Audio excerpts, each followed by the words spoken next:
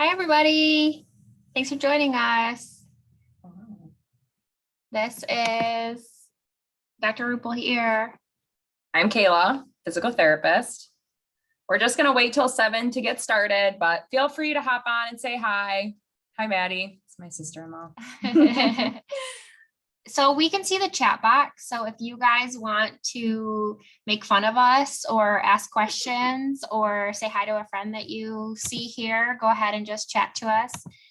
We also have a backstage friend, Kate, who's going to be helping with some of the private questions. So if you don't feel like sharing in the all panelists and attendees option in the chat box, you can send a private question to by selecting the Q&A button. And that way all of the panelists and all of the attendees won't be able to see that. So it'll be anonymous. We did have some questions that came in as people were registering. So Kate also is going to go over those with us at the end. And this whole recording is going, or this whole webinar will be recorded. So if you have to step away or you want to share it with somebody later, you are able to do that. If you want to put in the comments, like where you are in your pregnancy, if you are pregnant, postpartum, if you're not pregnant yet, but you're thinking soon this information may be beneficial, then go ahead and put that in the chat. If you so choose, you don't have to. We're so excited that you're here and spending a Wednesday evening with us when it's like just after dinner time, or we might have kids that are being kind of crazy. So thanks for being here. We really appreciate it. It's hard to like pick in a time for everybody. So it is. We'll just give it like 1 more minute here and then we'll get started with everything. Sounds good. Whenever you're ready. Yeah, so we're excited to kind of like picking topics. If you also have any ideas for future topics, let us know. You can put it in the chat. Or just say hi. That would be fun too. Yeah. We're here. I think I have the whole thing down. Here, we're gonna say hi. Oh, can we? What the heck? Well, the chat's not responding. Oh, the whole thing. Can you guys see us? Oh, perfect. Okay, there we go. Hi, Ashley. Hi. Thank you. 27 weeks. Yay. Perfect. Almost in the 3rd trimester. Okay, so we are going to get started. So what to expect with pregnancy, labor, and delivery. Dr. Ruple here works with MidMichigan OB-GYN down the road on Wackerly, and I am Kayla. I'm a physical therapist with Renue Physical Therapy, and I am in Midland.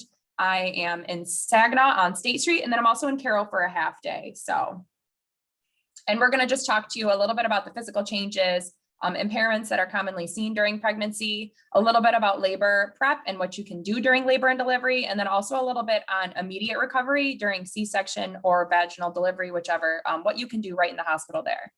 So to start, the physical changes, low back pain, SI pain, pubic bone pain, all those fun topics. And then we'll get a little bit into general exercise guidelines. All right. Like Kayla said, and I kind of mentioned in the intro, I'm Dr. Ruple. I work down at MidMichigan OB-GYN. And again, thanks for hanging out with us. So physical changes in pregnancy, obviously, if you've been pregnant, if you've had a pregnant friend, and we all have, you can tell for sure that there's a lot going on. Pregnancy is pretty amazing. When you look at all the things that could potentially go wrong, it's pretty much a miracle that it ever turns out okay. When we look at the blood volume in pregnant women, there's a huge increase, which is helpful as you're growing a baby and you need all those extra nutrients to get to your baby to help it to develop correctly. But that also results in some things in pregnant women that can be seen as a little bit detrimental. So the fatigue that you have in early pregnancy is because most women are anemic in pregnancy because your blood volume changes. Your blood volume goes up a lot more than your red blood cells do. Also, the increase in the cardiovascular system causes you to have increased filtration through the kidneys. So most women early in pregnancy are going to be noted to be running back and forth to the bathroom frequently. And there's a reason for that. That's because of the increased blood volume. Your kidneys filter more, and then you end up needing to use the restroom more frequently.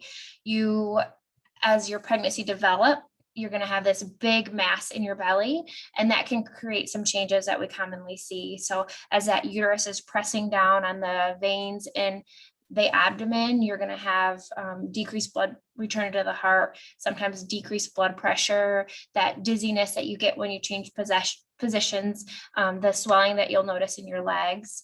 And then you'll sometimes notice if you lie down flat to either exercise or to rest, you can sometimes get a little lightheaded as well. So lots of changes that are normal through a pregnancy, but cause these symptoms that sometimes can be felt as a little nerve-wracking or can make you a little bit nervous or scared for your pregnancy. So some things that can happen to your muscles during pregnancy, obviously as baby grows, it grows out and it grows down. So you will get a lot of weakness into those abdominal muscles and into your pelvic floor. That stretch-induced weakness, the best way to kind of understand that is if I hold like 30 to 40 pound weight in my outstretched bicep for a few months at a time. Obviously, when I let go of that weight, that muscle is going to be pretty tight from being so over lengthened for so long. So that causes a lot of the weakness in your pelvic floor and your abdominal core. So posturally, there's a lot of changes that happen during pregnancy as well to kind of help with that center of mass. So we get a lot of the head, forward head, rounded shoulders. We get a lot more lordosis in your back. So the curve of your back in here to kind of help, and that anterior tilt of the pelvis comes with it too. So that all is to counter that change in center of mass that happens as baby grows. And those are all things that kind of tend to persist a lot of times after pregnancy. It doesn't always all bounce back. And they can also cause a lot of the low back pain, SI joint pain, and other types of pain that you will experience during pregnancy. Pubic symphysis is a really common topic at appointments, or when I have friends and family members that are pregnant, I get questions about it. So probably 15-25% of women experience pubic symphysis discomfort. The pubic symphysis is the area right here, kind of on the front, where your pubic bones come together. You will notice discomfort there with certain activities, in particular when you stand on one leg. So say you're trying to get dressed. When you cycle. So I like to use indoor cycling. And I noticed that in my pregnancy, I had a ton of discomfort when I tried to do that activity. When you go from sitting inside the car to trying to get out and you do that motion where you kind of bring your knees apart, you'll notice that pubic symphysis discomfort. One thing you can do to help with that is going to be kind of shortening your stride. You can sleep with a pillow between your legs, and you're going to want to have the pillow support all the way from your knees down to your ankles. That's going to give you more support and help with the discomfort more than just having it at your knees. And then Kayla has some different tips and exercises that can help with this. Since it is so common, we want to make sure that we go over it well for you. So a few different things that I typically see patients with pubic bone pain, what's causing it? Obviously the joint laxity, as she mentioned, is a big driving factor. And then it's that shear force. So when I'm putting weight through one leg, the shearing force on that pubic bone, which is why you have a lot of pain when you do a lot of walking, when you're trying to put your shoes on, you're on one foot, that increases the mobility between those joints. I also see the postural changes, and with that anterior tilt of your pelvis, that's more pressure on that pubic bone. And then that pubic bone pain can also just be referred from your pelvic floor muscles or from your adductors, which is those inner legs. So as far as pelvic floor training, you can start doing some Kegels. You're not going to be squeezing super hard, but just some general control training, contract, relax. As I mentioned, that's going to help with the inner ring of stability that's going to hold your pelvis together. But then also if you're doing those Kegels and you're finding that it's increasing your pain, there can be trigger points or muscle spasm of your pelvic floor referring to the pubic bone. So that just means maybe you should back off and really just work on the opening of the pelvic floor muscles, which we'll cover a little bit later on. You can also sleep with a pillow between your legs. And then if you're getting pubic bone pain, especially when rolling over in bed, when you roll over, squeeze your ankles together, or you can practice squeezing your knees together too as you roll over. And that's going to help stabilize everything and turn those muscles on as you roll over, and you shouldn't have that pain anymore.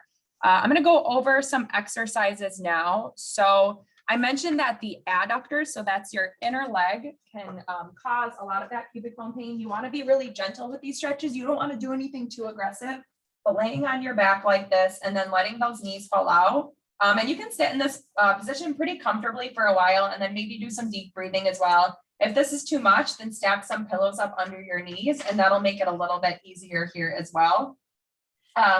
some exercises for the general pelvic stability training to keep those shear forces from being too much of a factor. Clams are a great exercise, so keeping your ankles together and lifting your top knee up. When we get into SI joint pain and low back pain, these are typically all pretty good for managing that too. Good to try. And with this, you don't want to let your hips rock back at all. You want to keep them nice and stacked. You can also do reverse clam. So that's just keeping your knees together. You can lift that top leg up. So hip abduction, still keeping your hips nice and stacked on top of each other. And then if you have a band at home, putting a band between your hips or around your ankles, and then doing some little sidewalks like this is going to be really good for pelvic stability as well. I talked a little bit about that anterior pelvic tilt is going to put a lot of pressure down on your pubic bone.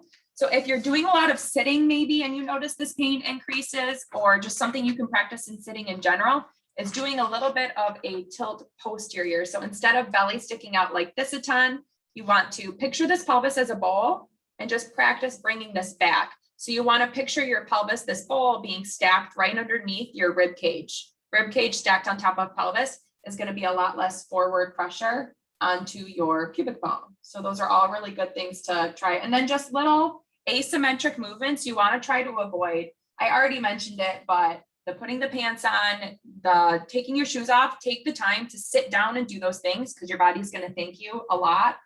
We'll get into a little bit of bracing and a few slides on what bracing can be helpful with pubic bone pain. And then as far as upright exercises go, wanting to stay in line. So mini lunges here. Try not to do too many lunges. You can maybe practice a few and see if you can tolerate it, but a lot of times those single leg forward backward movements are going to increase your pain. So you might want to stay away from those. Oh, and bonus rib pain. We just added this in. So some extra exercises. We were just talking. I've had a few friends who have had a lot of rib pain.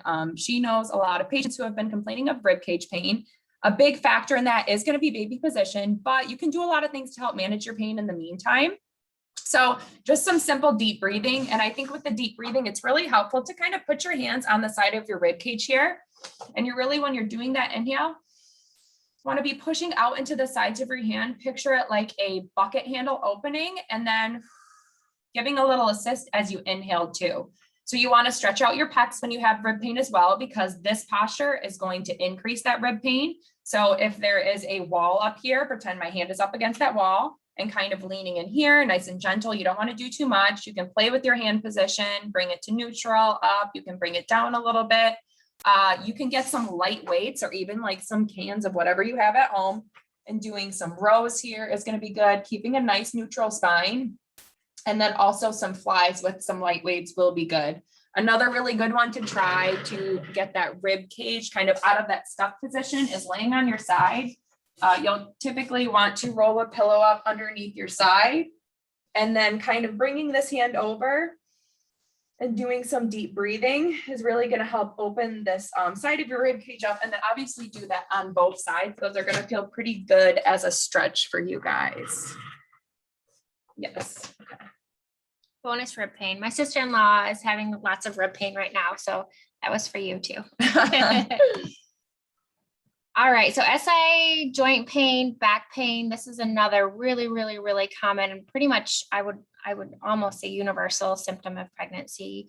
A lot of this is to do with that hormone relaxin. So hormonal changes in pregnancy can be really helpful because they help our body to accommodate a growing uterus, to be able to accommodate a fetus when it's time to go into labor. But it also is responsible for many of the discomforts that we experience when we're pregnant.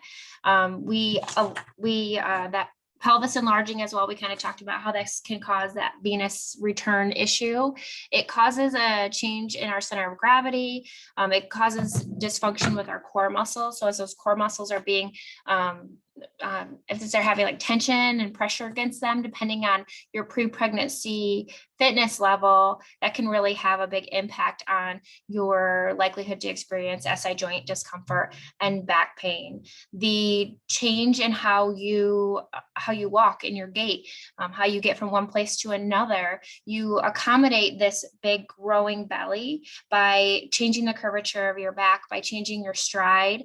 And that is going to often set us up for difficulties with back pain and with SI joint pain. The pain typically is going to be worse with standing, walking, climbing stairs, standing on one leg, getting in and out of a chair. So Kayla's going to chat a little bit more about some exercises. Yeah. So SI joint pain and low back pain can go hand in hand and they can present separately. So when I have a patient coming in with strictly SI joint pain, especially, a lot of times they're going to be able to point to exactly where that pain is. So it's like, okay, I do this or I stand on one foot and it hurts right here. I can tell exactly where it is. So it's a lot of the same causes as that pubic bone pain as far as the shearing force and a lot of single leg activities. So those clams, those leg lifts, all those pelvic stability exercises are typically going to be very helpful with SI joint pain as tolerated, and avoiding a lot of those single leg activities. Taking the time to sit down before you do many of those is going to be really, really helpful. So a lot of times with the SI joint pain, you can incorporate a little bit of single leg. So as far as those go, I think doing, I already mentioned mini squats is a good symmetrical movement, but doing a little bit of you can't really see my legs, but a single leg deadlift, like those are pretty straightforward. I think you guys can usually look up, you want to stay short range. You don't want to go all the way down to the ground, and you don't want to use super heavy weights with any of those either. And then mini lunges as well, maybe incorporating some step ups. But if you do those things and it's causing a lot of pain, then you want to stay away from them. So the low back pain is going to a lot of times come from that increased lordosis, that increased curvature of your back, and the pressure that's going to put on those vertebrae, and the fact that your core is not able to help out a whole lot with that.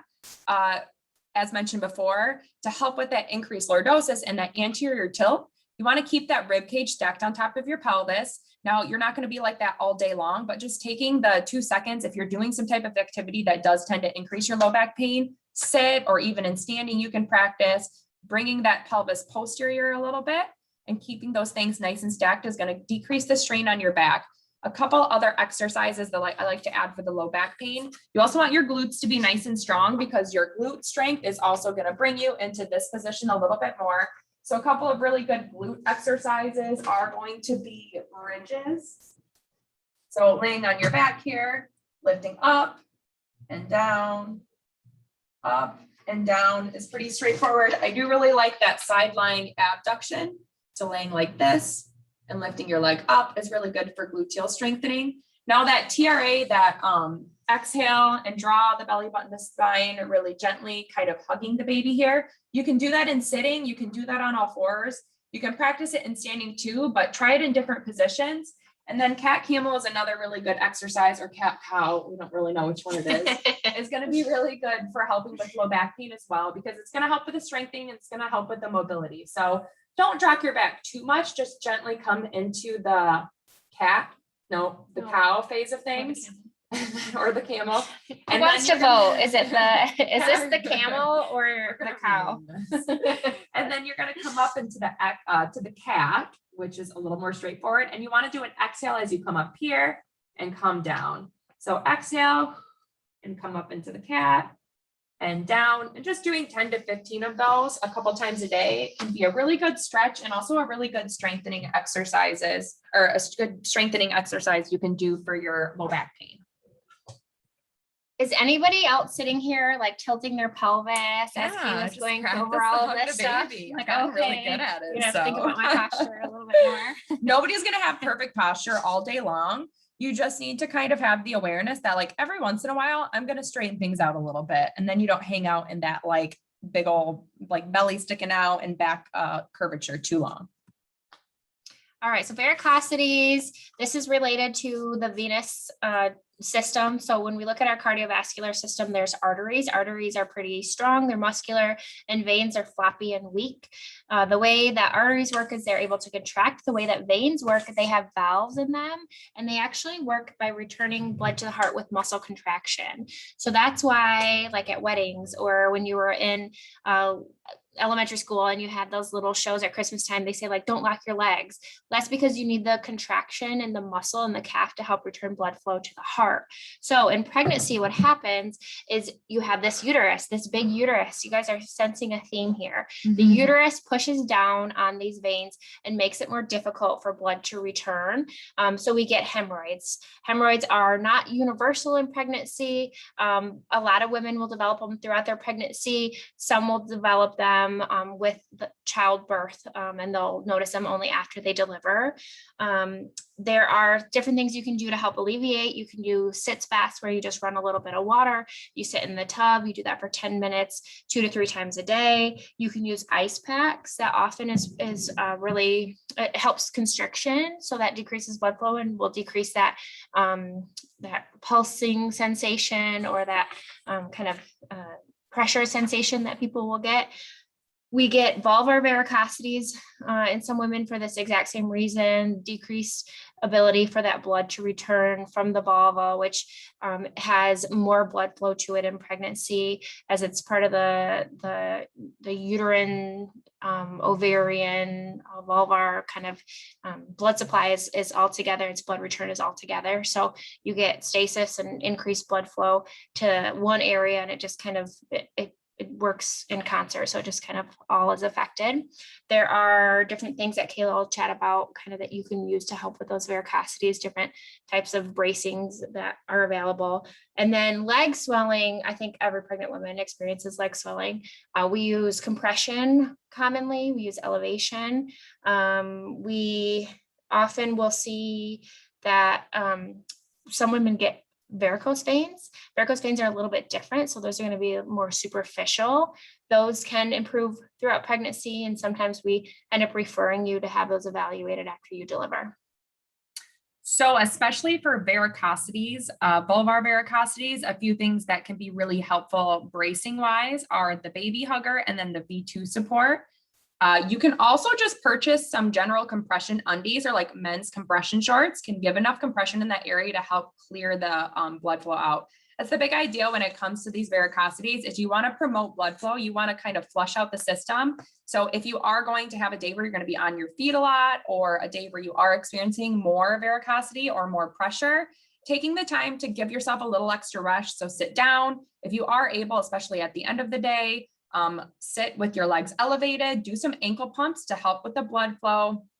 And like I said, just give yourself rest as necessary. Obviously, it's not always possible. Even just taking a few minutes to sit down, elevate your legs and do some ankle pumps is going to help kind of clear things out a little bit. Also, some gentle pelvic floor contractions will promote blood flow through the area as well.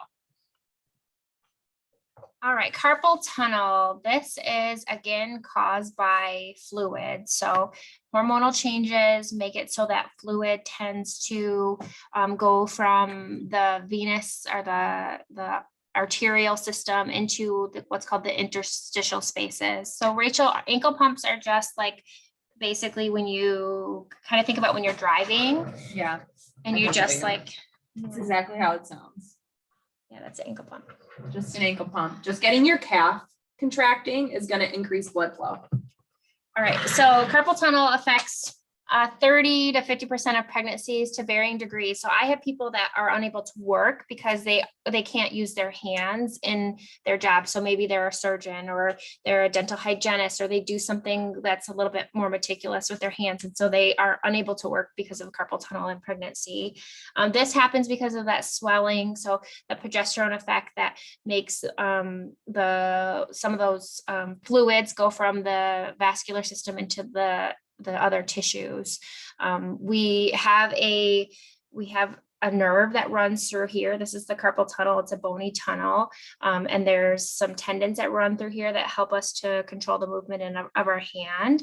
And there's also a nerve that goes through here. So what happens is you get compression in this tunnel, and then you get some numbness in your thumb, your pointer finger, and kind of this half of your hand.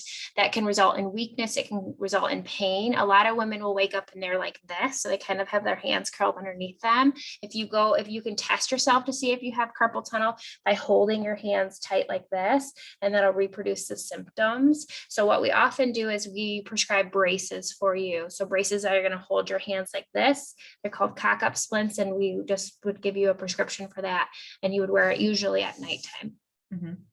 So for the carpal tunnel, a few things that you can do from a physical therapist standpoint to help with your pain is avoid repetitive action. So if you're doing a lot of texting and this is increasing your pain, trying to do simple things like talk to text usually works really well. Hold your phone up a little bit higher if you are doing a lot of texting. If you're at a computer a lot, keeping your elbows and your wrists super neutral, whether that means raising your chair up or putting your keyboard in a different position, just keeping those nice and neutral. If you find yourself having a death grip on a lot of things, then really try to loosen that grip. You don't want to be squeezing super hard all day long. One simple nerve glide that you can do. So like she mentioned, it is the inflammation and the irritation of that nerve, which means that it's not moving as well. So we don't want to do anything that's painful with these nerve glides, but you basically want to floss it back and forth a little bit to promote some mobility. So for your median nerve, that nerve, you want to have you can do it up against a wall, or I can do it sitting like this. So I want my head tilted to this side because this is all connected. And then I'm going to go back and forth between this position. So you should not be doing this. If you get to the end and you're like, oh, that's painful, back off a little bit. Go back and forth for about 20 to 30. Just kind of get that nerve flossing back and forth a little bit. And that can be helpful for the healing aspect. And then you can use the night split. The cock-up splint is great. And those are usually like $15. They're not super expensive, so a worthy purchase. Something else, if you don't have a brace that you can try is, like she mentioned, it happens a lot when women are sleeping at night. So sleeping with a pillow right here, obviously a pillow under your head too, but sleeping with something here can kind of keep you from getting up into this position. So just something simple to try that might keep you from getting up into that curled, cozy position that we tend to end up in. All right, so round ligament pain is something that's experienced really commonly around 14 to 24 weeks. I probably see it the most. So the uterus is supported by something called the round ligaments. It helps to keep it down in the pelvis and prevents movement. Well, with pregnancy, those ligaments are still there. They just get really, really stretched out.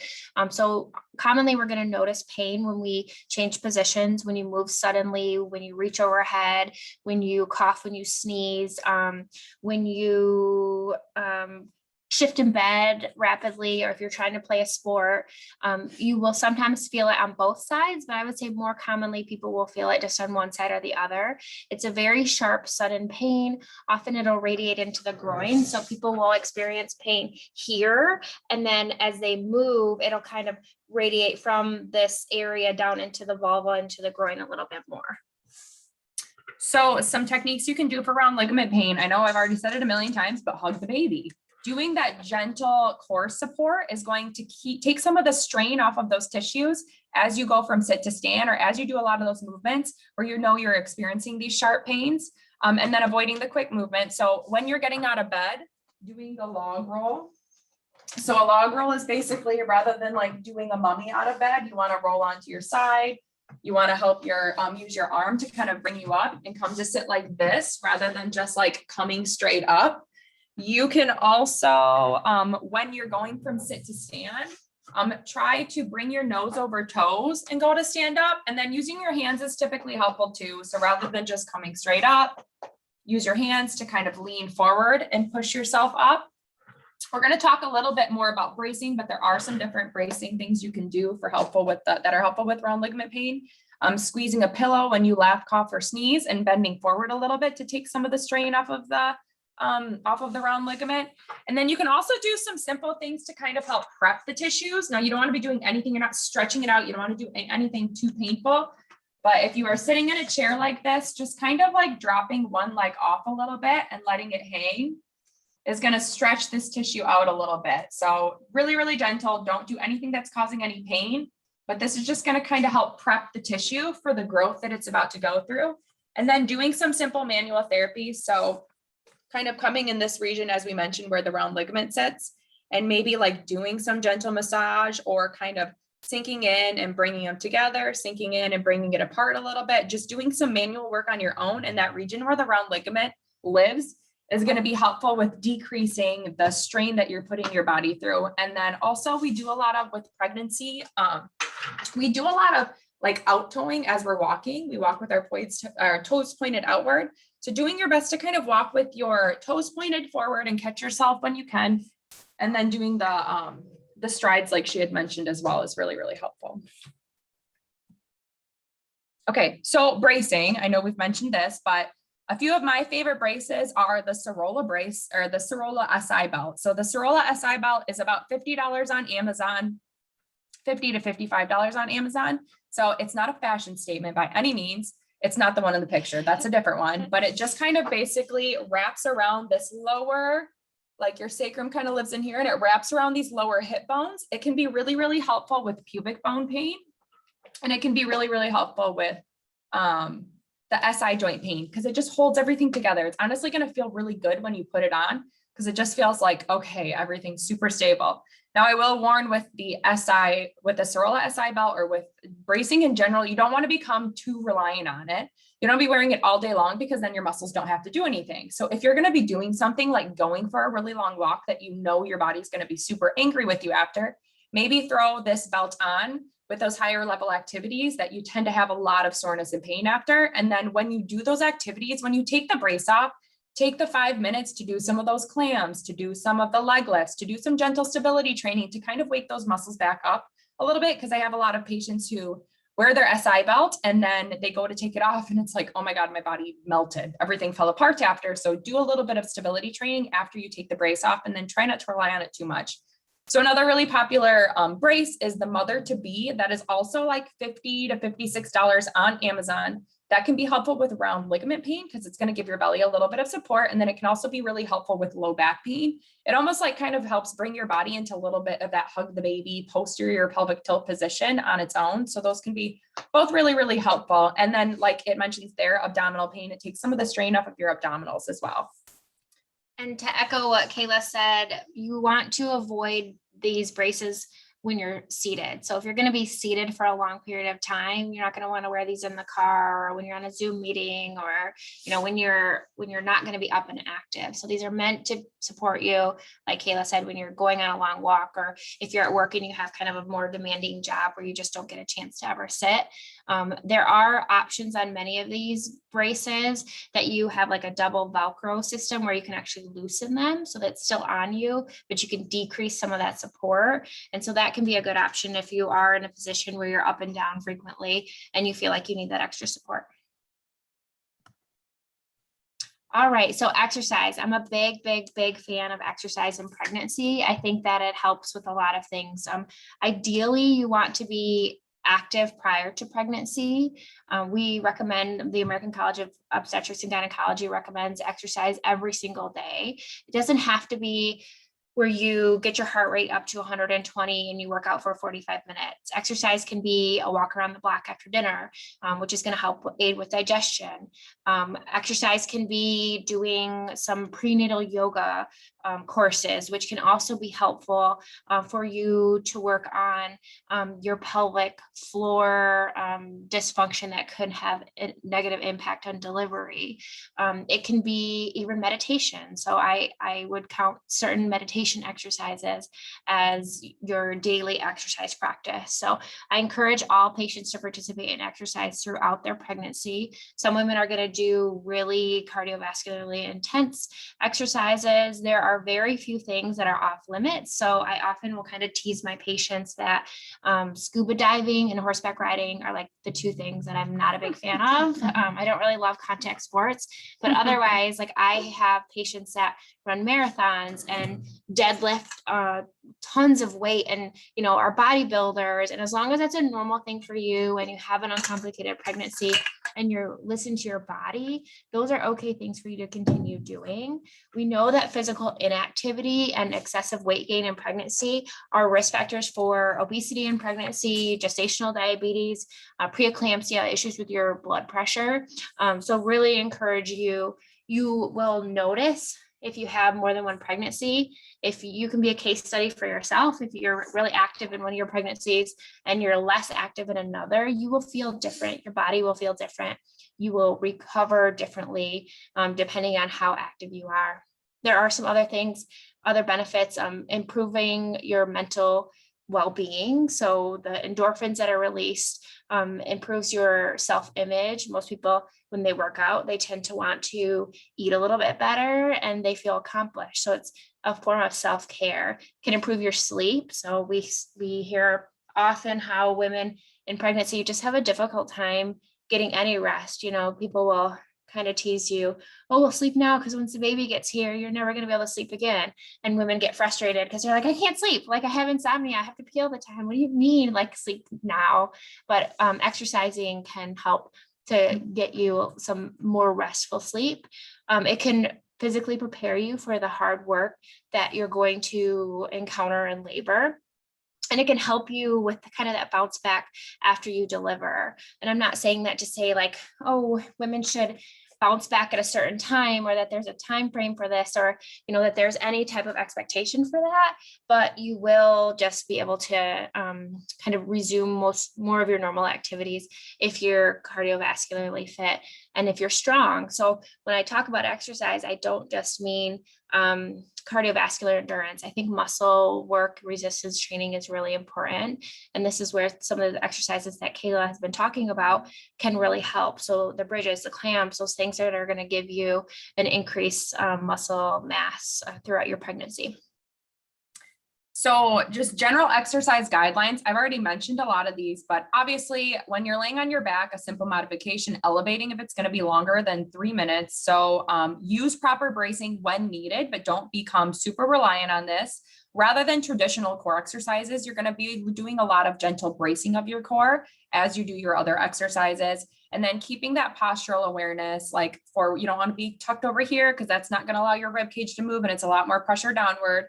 You want to keep that rib cage stacked on top of your pelvis. And then a big thing with exercise during pregnancy as well is to make sure you're breathing. So if you find yourself holding your breath a lot, then you're not allowing your diaphragm to elevate, and that's a lot more pressure down on baby and down on pelvic floor. So if you are exerting yourself, I like thinking of exhale with exertion. As you're going into a mini squat, make sure you exhale because that's going to be a way better support system for baby and for your pelvic floor. And then using proper lifting mechanics, using your leg, because that's going to minimize the strain on your back and it's going to minimize the downward pressure as well.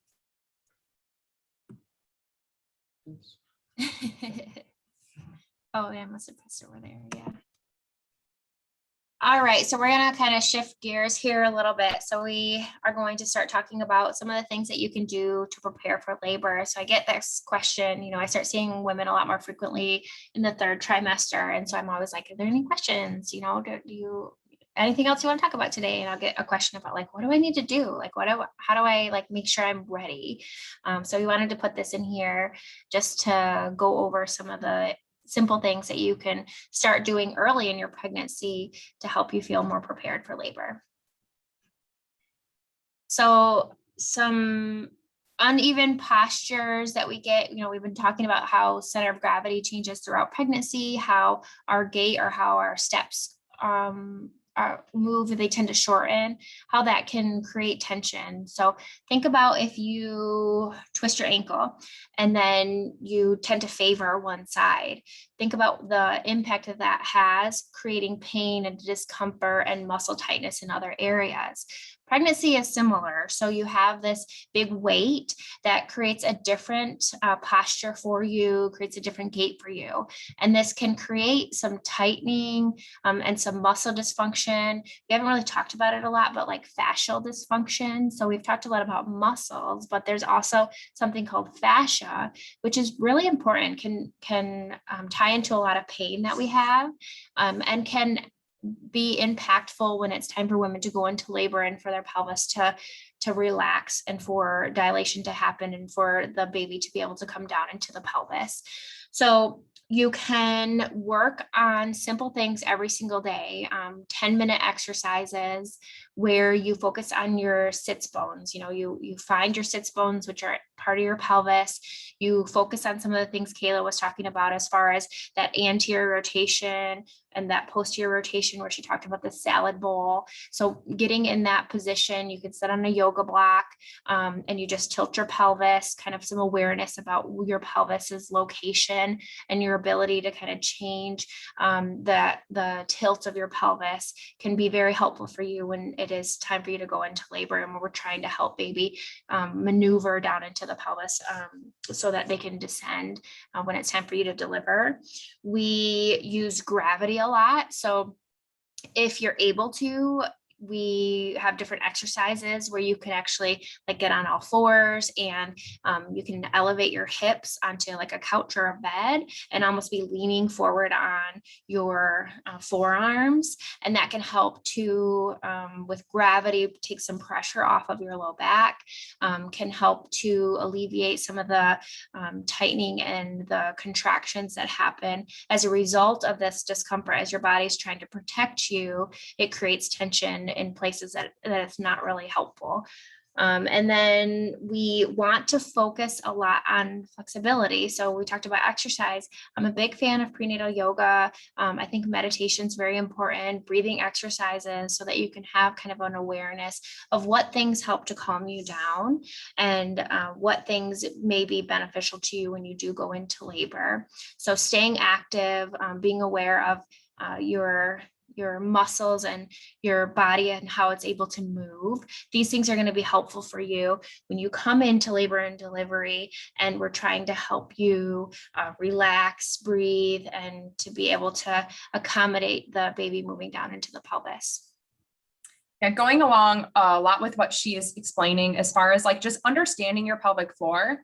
So with the pelvic floor training during pregnancy and prepping for labor and delivery, I don't typically want patients just doing Kegels all day long because we're not wanting to strengthen the muscle, especially at that point. We really just want to learn how to control the muscle. So as far as doing a Kegel goes, I typically have patients picture like you're picking a marble up with your vagina. So that muscle sits between your sits bones, between your pubic bone and your tailbone, and it sits like a hammock. So it's going to squeeze and lift up when you're doing a proper Kegel. So now when we're working on the eccentric lengthening, I usually have patients picture a straw going into vagina, and you're going to gently suck up through the straws to do a nice gentle Kegel. And then you're going to picture blowing bubbles out into the beverage. So picture sits bones widening, picture your tailbone lengthening. I like picturing vagina opening and picturing your vagina and perineum kind of bulging a little bit. And that's going to be that eccentric lengthening of the muscle. I think people have a hard time understanding that it's actually the more weight you have down on your pelvic floor, a lot of times it's actually harder to fully relax. It's kind of like if I'm sitting here with my arm like this and I have no weight in my hand, my bicep is fairly relaxed, maybe a little bit of tension, versus if I put a 10-pound weight in my hand, it's going to tense up against that. And it's actually going to be harder for me to fully relax the muscle. So really taking the time to focus and find different positions where you are better able to relax is very, very helpful. And then learning how to use your breathing. So understanding this abdominal pelvic cavity. So when I am sitting here, kind of sitting. So when I breathe in, my lungs fill up with air, and then diaphragm pushes down and my pelvic floor pushes down a little bit too. And then when I exhale, everything comes up a little bit. So baby's living in between here, and baby moves with this as well. I breathe in, everything goes down. I breathe out, everything goes up. Now this is very counterintuitive for people, and it takes a lot of focus and it takes a lot of time and control training, but practicing that in different positions. So have the head of the bed elevated, or wherever you are, kind of be elevated, and practice that in that position. Now, if you find that like, wow, I'm really struggling in this position, it's not going very well, practice it laying on your side, be in the elevated position, see how it goes in that position. And they're like, okay, I feel a little bit more comfortable, and practice it there. You can also practice it on all fours. You can practice it in a squatting position. You can practice it on one knee. Practice that in different positions and kind of see where you feel the most control with that breathing, controlled contraction, and relaxation. So going back to that pelvic tilt idea, when we are in more of this position, the pelvic outlet is a little bit more closed off. So by practicing coming in that position, and you can practice that on all fours, You can also practice it here. So up on a counter or just something underneath your elbows. Practice it in this position, slight bend in the knee. So come between this and then also do that posterior tilt. So here, and then do the posterior tilt. So that's just going to help open pelvis up a little bit. Another thing you can try, so when you are laboring and trying to get baby out, you're going to want a little bit, you're going to want some movement in your sacrum. So this is a little big, but if you roll something up and then your sacrum sits right at the base of your spine here, just above your tailbone. So place like a towel roll or something kind of under, you're going to want to do it in an elevated position unless you do it for a short amount of time, but placing this roll right underneath your sacrum and just kind of rocking back and forth. Just something simple to try that might help promote some mobility of that sacrum and those SI joints. You don't want too much mobility, but the rhythmic rocking can be really helpful for relaxing that a little bit. A lot of these topics are really helpful as they kind of tie into things that we do during labor, but it's important to have an idea about them so that when you come in and you're in pain or you're anxious, you're not really sure what to expect, that you can draw on some of these things that you've been practicing. And I think it's really important that you practice breathing, that you practice these techniques. It's going to feel awkward. It's going to feel uncomfortable because it's just not something that you do that we really talk about a lot. But having some body awareness and knowing where you might have some dysfunction, where you have pain, and talking through some of these pelvic tilt things on some of these different exercises this is going to help you a lot when you come in labor and when you are postpartum. It's going to help you to be able to recover and to achieve some of that strength back more quickly. I wanted to bring up a little bit preparing for tearing. So 90% of women who have a vaginal delivery are going to experience tearing during childbirth, especially with their first pregnancy, with their first delivery in particular. Most of these aren't serious. They require a stitch or two. People heal really well. You can develop some scarring, but we can go over techniques to help to limit that. Some patients I end up sending to Kayla afterwards to help with scarring if that becomes an issue for them. But we recommend perineal massage. So you can do some research, kind of read about this. You can come and ask your provider about this, but it is something that you can do yourself or that you can ask somebody to help you with. So with perineal massage, I usually recommend that you start in the 3rd trimester. You can practice this technique 3 to 4 times a week. I have you use some type of natural oil. You can actually use olive oil, like cooking olive oil. You can use coconut oil, vitamin E oil. And what you're going to do is you're going to use lubrication, and then you're going to take a thumb or take a finger, insert it vaginally, and you're going to press down. So I'm going to kind of show you here with the mouse. So right here, you're going to just create this kind of upside down rainbow or U, pressure down onto the pelvic floor, down onto the posterior portion of the vagina, the bottom portion of the vagina. And by doing this, you're going to increase blood flow and you're going to decrease your risk of having a more serious tear. There's other things you can do. You can perform Kegels, which Kayla kind of mentioned that they're not going to be quite as strong as what you would do when you aren't pregnant. During labor, you can request a warm compress or a nice warm washcloth, and that's going to help to bring blood flow and can decrease the risk of tearing. And then also your provider, so whether you see a midwife or a physician, they have a role in decreasing your risk of tears by how they support the head and how they help coach you through having a controlled delivery of the head. So you may have been in experiences where you've been in the delivery room and you've heard a provider tell somebody stop pushing, or maybe you've seen them where they almost look like they're holding the baby in. And these are techniques that we use to help to decrease your risk of having pelvic floor dysfunction. And it's really important to decrease your risk of tearing because we see it. I see women who have painful intercourse and have, difficulty with self-image after delivery because of a bad tear or because of scarring. So these are things that I try to talk about right away. And I try to get patients in to see Kayla right away if we're noticing that they're having an issue with significant scarring after they deliver. One that I just thought of too, kind of goes along with stretching the perineum a little bit, but laying on your side here, and you can just kind of hook inside this sits bone here and just give yourself a little stretch upward. That's going to feel really good for you. And it's going to allow you to kind of lift up and stretch those tissues. It's going to relax pelvic floor. It's going to give a little bit of a stretch to perineum. And it's just something simple to add in for labor and delivery prep as well.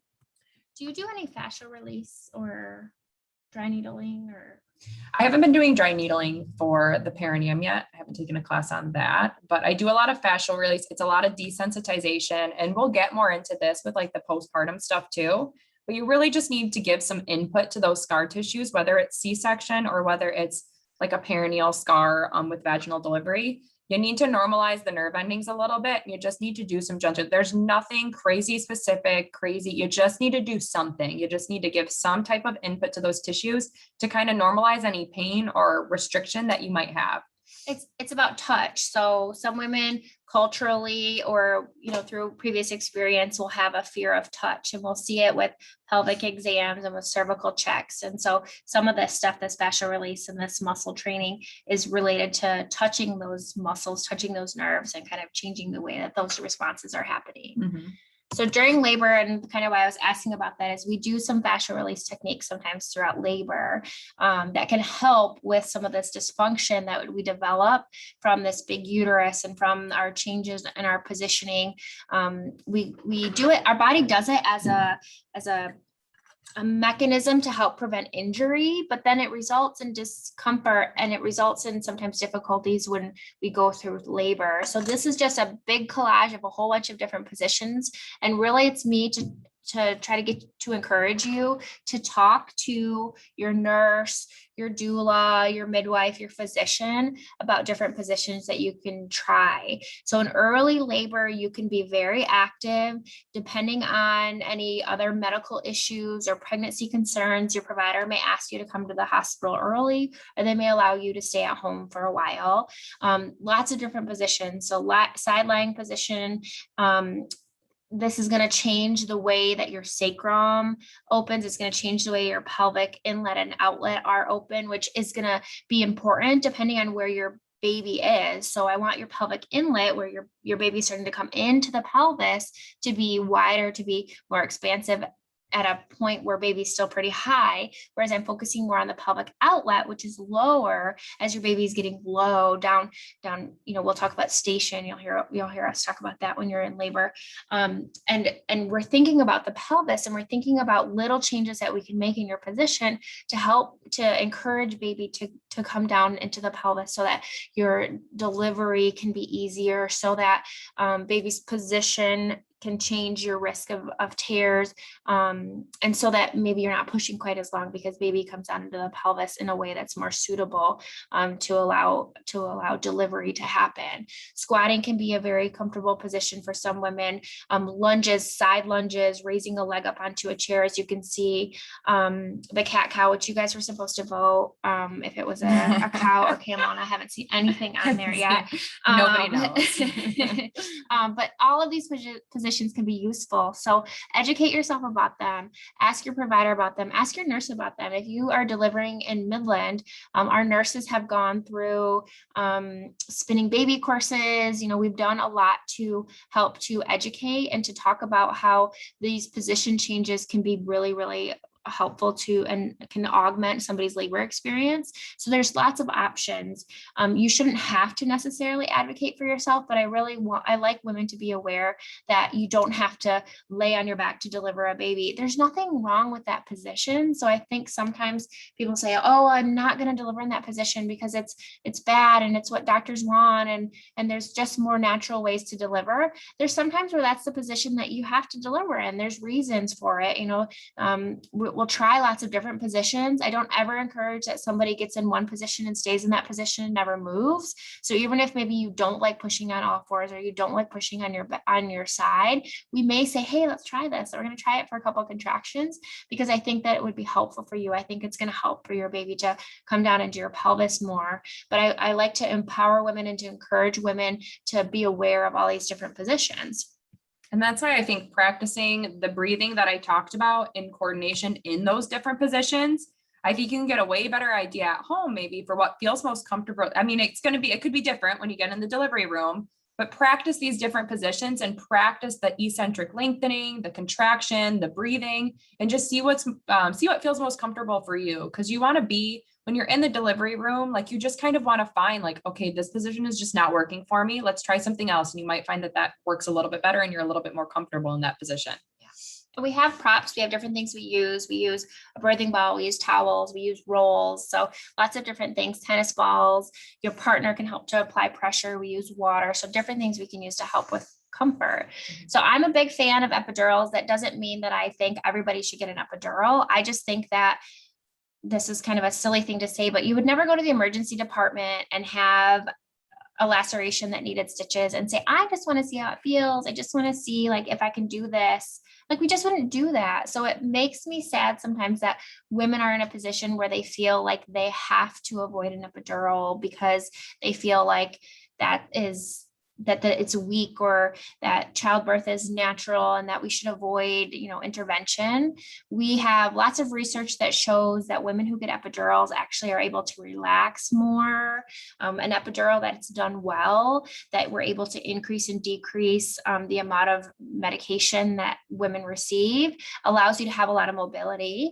And if for some reason somebody doesn't have much mobility, we have ways that we can help you to still get into these different positions, which is going to help your baby get down into your pelvis and is going to increase your chance of having a successful vaginal delivery.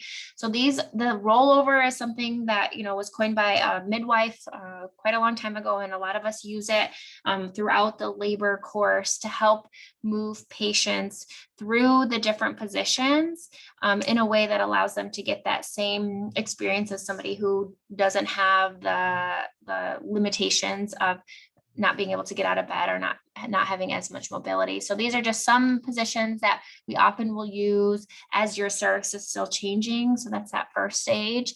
And then in the second stage, this is when you're pushing. These are a lot of the different positions we can try. So you can be up in a position where you have your feet up, and you're kind of squatting. You can be in a position where you have a birthing ball and you're doing like tug of war. You can be pushing in a position on your side. You can be in a position where you have people supporting your legs. So lots of positions that are okay for you to be in that can be used when you have an epidural and can also give you kind of that good outcome. And then we have some information here about kind of what to expect after. So you've delivered, you've done it, and now what? A lot of women in the US, I feel, are unsupported in the postpartum period. So all the focus shifts to the baby, and we leave mothers just kind of wondering what they're supposed to do now. So we are next presentation going to be focusing a little bit more about that, but we just wanted to kind of give you guys a little sneak peek for those of you who are kind of getting closer to delivering. So after pains are something that women will experience, and they'll say, I knew nothing about this. Like this was worse than having a delivery. This was the worst part of the whole process. It can be worse with your second pregnancy, with your third delivery. What it is your uterus went from being really, really, really big to having to involute or having to go back down close to pre-pregnancy size. When it does that, it's a big muscle. It contracts and it causes a lot of discomfort. It's helpful. It decreases risk of bleeding. It helps women. In worldwide, childbirth is still one of the #1 causes of death. In the US, thankfully, because of access to care, it's not, but that contraction of the uterus is what helps to decrease blood flow in women after delivery. You can do a couple different things, heat, using medications like Motrin, which is not allowed in pregnancy, but then when you're postpartum, you can start using it, and keeping your bladder empty can help to decrease the discomfort that you experience with that. And then a belly binder can be helpful whether you have a vaginal delivery or whether you have a C-section. So we can give you like a medical grade abdominal binder in the hospital, we can give that to you whether you have a vaginal delivery or a C-section. You can request that. So your provider may order it. I try to routinely order it for all of my patients. But if you aren't provided with that, you can ask for one. So you can ask your nurse or your provider, hey, can I get this? I think it might be helpful for me.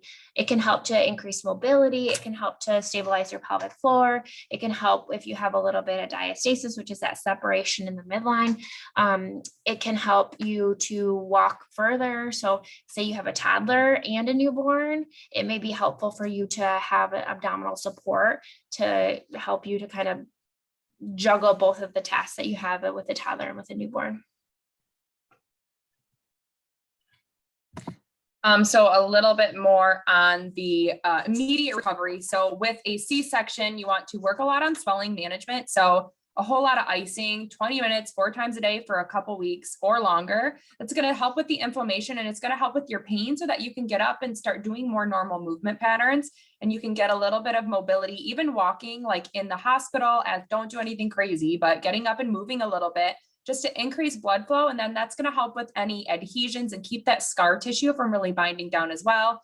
Obviously, as she mentioned, compression bands are really helpful, especially if you do have a C-section, to improve circulation and swelling. It's going to give less tension on the scar, which is going to decrease the amount of scar tissue you'll likely have. And then as far as tearing in the perineum, you can also do a lot of icing when there's tearing in the perineum.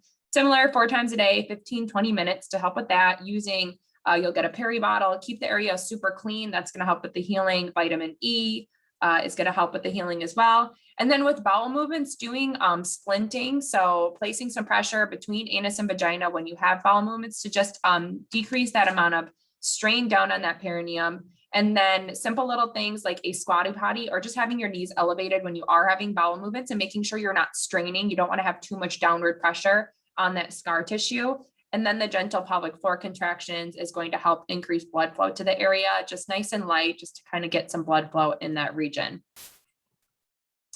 And then with C-section, especially immediate recovery, especially you want to avoid really heavy lifting. You want to avoid holding your breath, because that's going to increase pressure into your scar tissue. Use slow movements, do that log roll that I mentioned before, hug the pillow with sneezing, coughing, because that's going to decrease the pressure. And then use your arms with sit to stand. Try not to let your legs hang. Is all going to protect that scar tissue and allow for proper healing. With the lifting, I often will tell patients like 15 pounds is their max. So your baby in the car seat is probably the maximum you want to lift. So when you have your newborn in the newborn carrier car seat, that's going to be your limit. So you're going to want to practice, if you have an older child, with having them come to you. So if they want to be lifted, you need to sit down, have them come snuggle up with you. And then once you get a little bit further out from your delivery, so at least 2 weeks, you can have them up on an elevated surface. So on a chair, on a couch, and you can kind of grab them from that position instead of lifting them from a lower position all the way up. So those are all of our Renue Physical Therapy locations. And then the ones in blue are the locations I'm at, as I mentioned, Saginaw on State Street, Midland, and then Caro as well. And then there's Shawna. She is right down the road here at Wackerly. So I know there was a few questions mentioned in the comments. I know, Shay, you had asked about postpartum vertigo. Yeah. If you had anything, any recommendations or any like. So you can have different PT type exercises. So you might be able to find somebody here at Renue that can help you with that. Which is great. Yeah. But also the reason that it tends to happen is because of the progesterone changes, of the changes, the fluid shifts that happen. And so you'll get a little bit of swelling, you get edema in the middle ear, which then tends to trigger that. And generally what we do, it gets better as you get further out from postpartum. But if it's something that's more debilitating, then we're going to recommend a referral for physical therapy. And we would have you see somebody that can do exercises with you and kind of talk you through some of the techniques to decrease the recurrence of that. Does anybody else have any questions? You can type them in the Q&A. You can type them in the chat. I've got a couple that people submitted. Okay. We had one question about managing labor pain with breath work, and if there are any techniques that you'd suggest practicing during pregnancy. So we kind of talked about that a little bit, kind of with the awareness and with meditation. Everyone's going to respond differently. There is a little bit, I think, of like differing opinion about if you should push with your glottis closed versus if you should push with it open. So traditionally, women will take a big deep breath like they're trying to get from one side of the swimming pool to the other, and they're going to hold that breath while they're pushing, and that tends to be very effective. But that's not the case for everyone. And I think what you'll find is that there is not a standard, this is the way we have to do it. This is the way we have to approach this problem. And it's the same thing throughout the labor process. You know, we're going to reevaluate you. We're going to look and see how your baby's responding. There's not like a cookie cutter way that we approach everything. So I would say in general, most people are going to be most effective when they push with their glottis closed, meaning when they take that big deep breath, when they hold that air in, and when they Valsalva, when they push down with that air in their lungs still. Breathing with the glottis open, as Kayla was talking about earlier, is a technique that we use to kind of avoid pressure with hemorrhoids and with constipation. But it tends to be less effective in most women with pushing. The exception is going to be somebody who's already had a vaginal delivery, somebody who's experiencing a more rapid descent, then that can be more effective with them. So it's something that we encourage you to practice.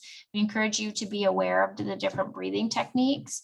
There are Lamaze classes that you can take. There are different pregnancy doula support groups here in the area. With COVID, things have changed a little bit, but there are resources that we can get you connected with. But I think it's going to be a little bit individualized and something that we can try both ways. Like you're going to have no idea what you're doing. So you're going to come in and you're going to try to have your baby and you are going to be clueless, and everybody worries about, am I going to poop? And I don't know what I'm doing. And am I doing anything? We're going to help you. So we're going to coach you through that. We're going to give you feedback, and we can try different breathing techniques, different pushing techniques, and different positioning.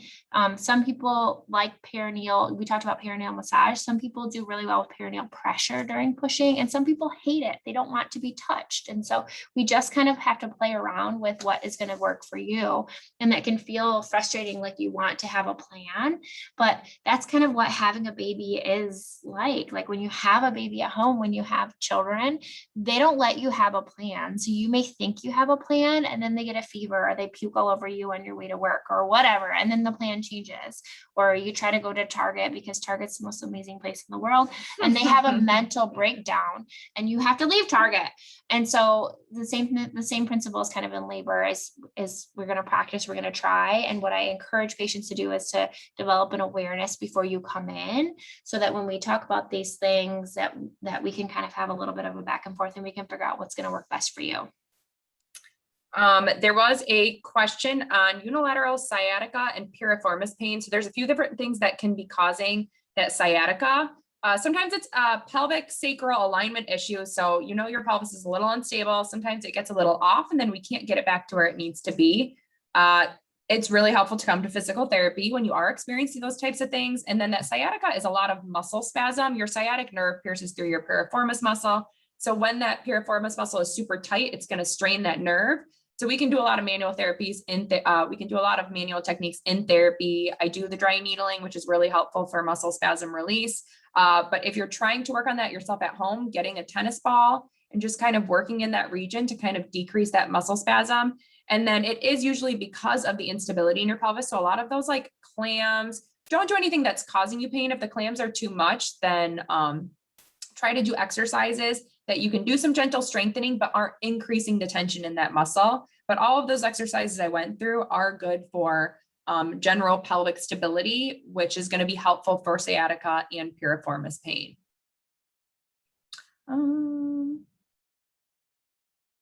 Okay, do you recommend VBAC? If so, what are your tips to have a successful one? So I think VBAC is a great option for certain patients. So just like I was talking about before, that there's not like a cookie cutter response and way that we approach everybody's situation, the same is for VBAC. So there's some patients that it's just not an option for. There's some hospitals that it's not an option for. So there's some hospitals that just don't have the resources. Fortunately, here in Midland, it is an option. I think that patients do best with VBACs when, or VBAC is actually actually a vaginal birth after cesarean delivery. So VBAC is the successful vaginal delivery after you've had a C-section.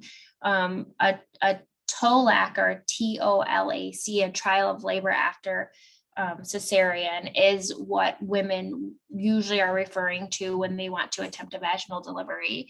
And I think TOLACs, or trial of labors, are helpful for some women. If you go into labor on your own, then you're a great candidate. If you had a non-recurring risk factor for the rationale for your first C-sections, meaning if you had a breech baby, if you had a prolapsed cord, if you had some type of an emergency, if you had heart tones that didn't accommodate you being able to labor, I think that you're a wonderful candidate. And then there are women who had a C-section because they pushed and they were unable to get baby out. Well, I think a conversation about what positioning did you try, what different things, like what was your labor experience like, I think that can be helpful and eye-opening for you to kind of have a discussion about if you're a good candidate. It's also something that is constantly reassessed throughout the pregnancy. So it's something that we have more information on in the third trimester when we do an ultrasound and we have an idea of how big baby is, and that we have even more helpful information when we're 37 weeks and 38 weeks and 39 weeks, and we know kind of what your cervix is. So I think that that's something that has to be a constant conversation between you and your provider. And I don't think you can say you should have a trial of labor, you shouldn't have a trial of labor in most cases.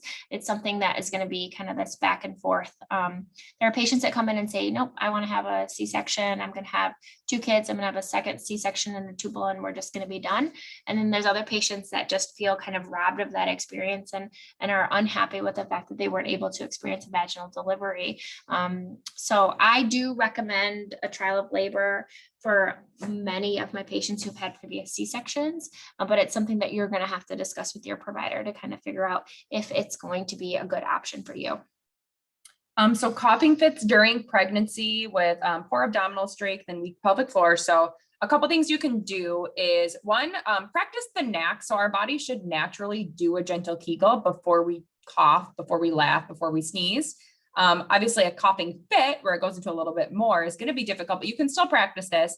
Do a gentle, just force yourself, like turn your brain on, do a nice gentle Kegel before you get into that coughing fit to kind of brace that pelvic floor a little bit rather than just like letting it fly.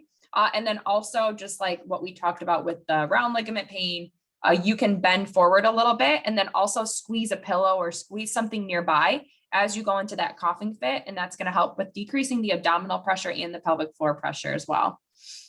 So we had another question that came through anonymously about kind of VBAC or C-section rates. So the question was, what are the Midland hospital providers doing to reduce their C-section rate? And then a comment kind of about a second delivery. So I would say this is going to be individual provider dependent. So, you can look at C-section rates across the hospital system, but I don't think that that's really telling of your experience and the provider that you choose. So I think that the hospital is very aware of it. So it's something that gets talked about a lot.